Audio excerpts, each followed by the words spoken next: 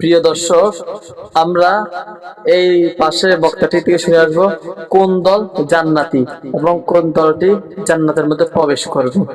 আহলে সুন্নাত ওয়াল জামাতের বাইরে যত দল আছে সব জাহান্নামী, আমি বলিনি, রাসূল বলেছেন।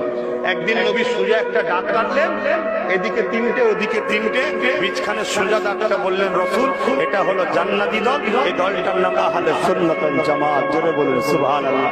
এই দলের পূর্ব ভারতে 19-বিংশ শতাব্দীর ইমাম মুজাদ্দিদুজ জামান আল্লামা শেখ আবু বকর সিদ্দিক আল কুরাইশি দাদা হুজুর পীর কেবলা। জোরে বলুন সুবহানাল্লাহ। এই দলের আরো বড় একজন ইমাম আতায়ে রাসূল গরিবে নওয়াজ খাজা মুঈনুদ্দিন আজমিরি সঞ্জালি হুজুর। জোরে বলুন সুবহানাল্লাহ। এই দলের আরেকজন বড় ইমাম দেওবন্দীদের পীর সাহেব হাজী ইমদাদুল্লাহ মুহাজির মক্কি রাহমাতুল্লাহ আলাইহি। জোরে বলুন সুবহানাল্লাহ। এই দলের আরেকজন ইমাম, সেটা 3 ভাগ হয়ে গেছে, এখন বাংলাদেশে পড়েছে, কারামত আলী জনপুরি।